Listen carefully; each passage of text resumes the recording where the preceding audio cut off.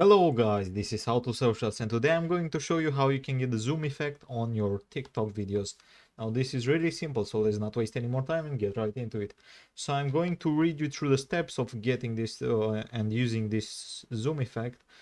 And after you've learned the steps that I'm going to give you, you should be able to use it for yourself. Now the first step is obviously opening the TikTok, your TikTok, and click on the plus sign option at the home or screen to access the camera.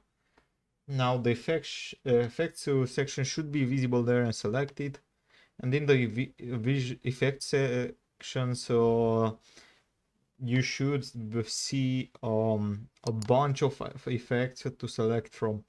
Now the zoom effect is usually found in the trending section, and it should look just like this right here. As you can see, it should have this image.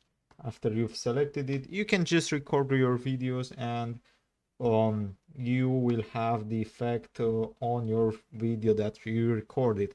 And that's pretty much all there is to it, guys. I hope you found this tutorial helpful. I hope you enjoyed it. Don't forget to subscribe to the channel and see you in the next one.